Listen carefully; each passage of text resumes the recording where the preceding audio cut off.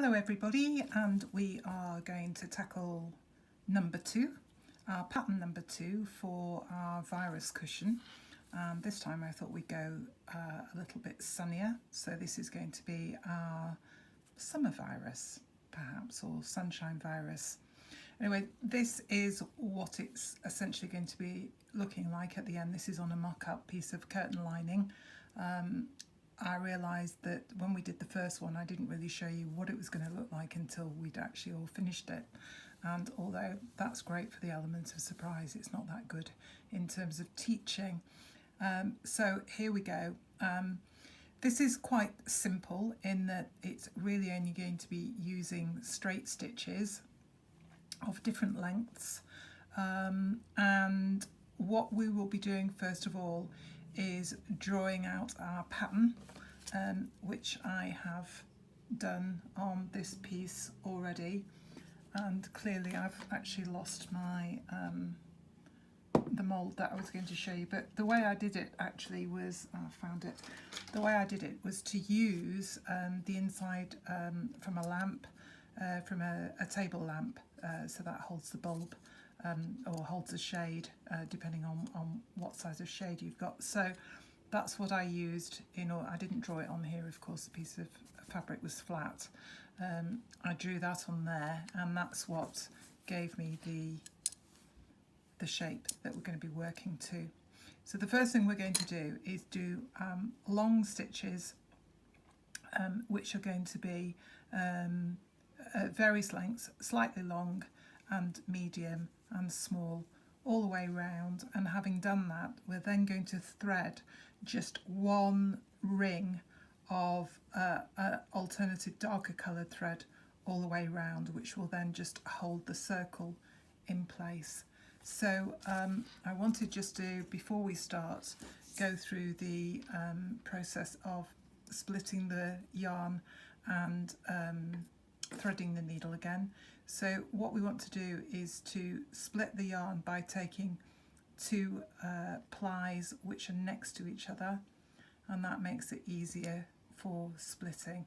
As I said last time, what we do is we pull away, and then I tend to put one piece in my mouth, which is probably unhygienic in these times of COVID, but I'm not sharing this with anybody, and then pulling the rest down and then holding it flat as we're unravelling it.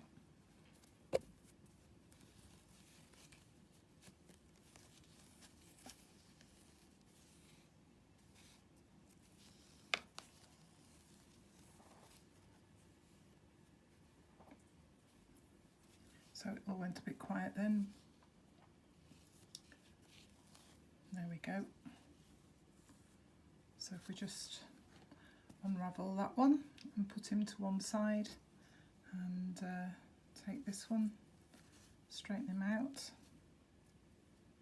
gently, and then we can thread our needle once we actually pick it up.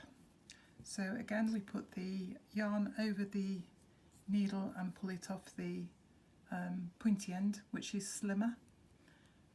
Turn the eye round and give it a little wiggle through the eye.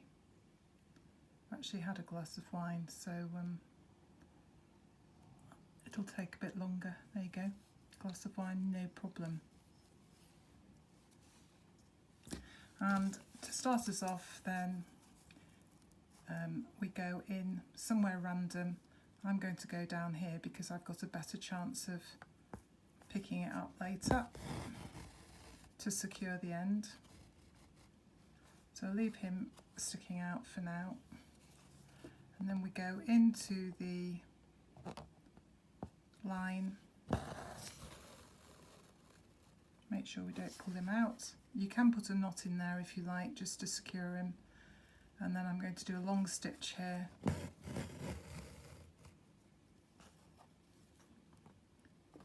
Move along a little bit. And I'm going to do a longer stitch.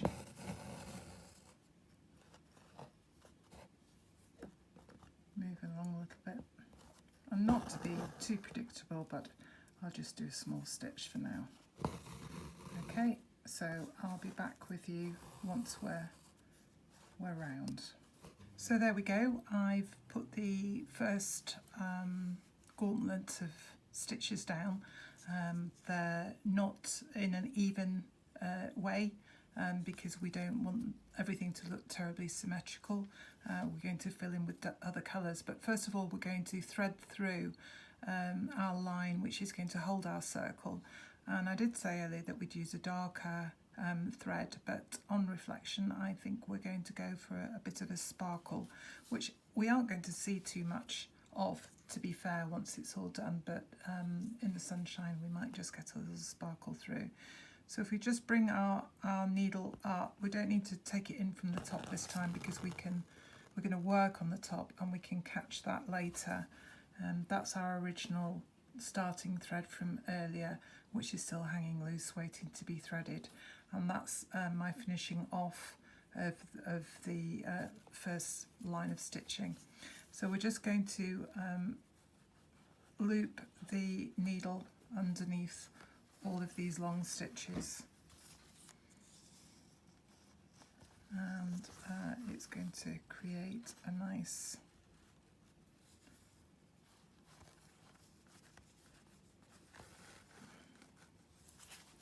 thinking you might be better working with a secure knot on this one just to stop it pulling through, but it depends how confident you feel really. So there we go, I'm through all the stitches now. I'm just pulling it tight without actually pulling it out, and I'm going to go back down the hole that I started from.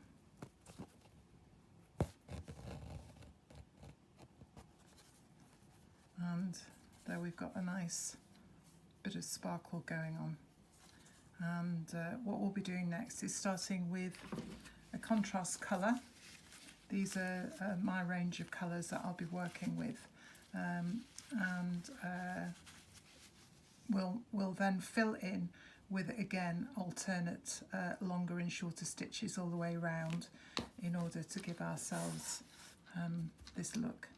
I take all the rest of the stitches around the outside. I just wanted to show you the middle.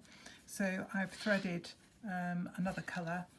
This is a very light colour in my colour range that I've chosen, and I'm just going to take my first stitch.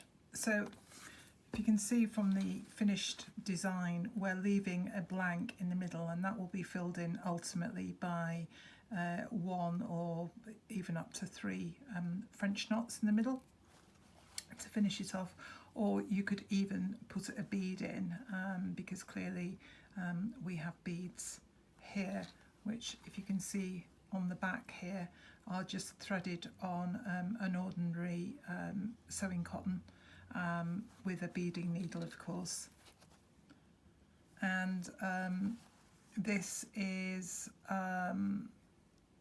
how we're going to do the middle now, is to actually fill in with different length stitches again, but ensuring that we leave that middle blank.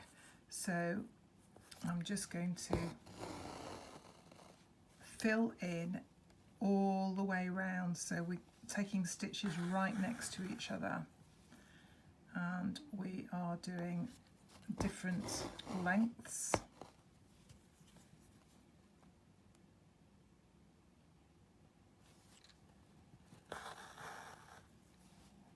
So this will be a slightly shorter one. If you push the stitch down that you're sewing next to, you'll do better without leaving any gaps.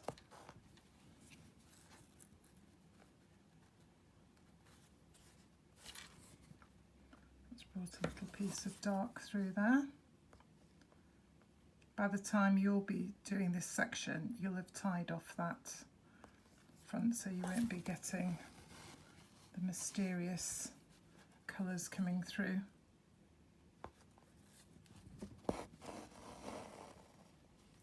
So as you can see, we're sewing stitches right next to each other in different lengths, and then what we'll be doing is we'll be choosing 2 other colours and then filling in any gaps again with different length stitches, and this is effectively blending, and is another technique, but again using the straight stitch, and very often you'll see this used when you're filling in shading on, say, a bird's wing or on flowers. It's a technique just for showing the gradation of colours.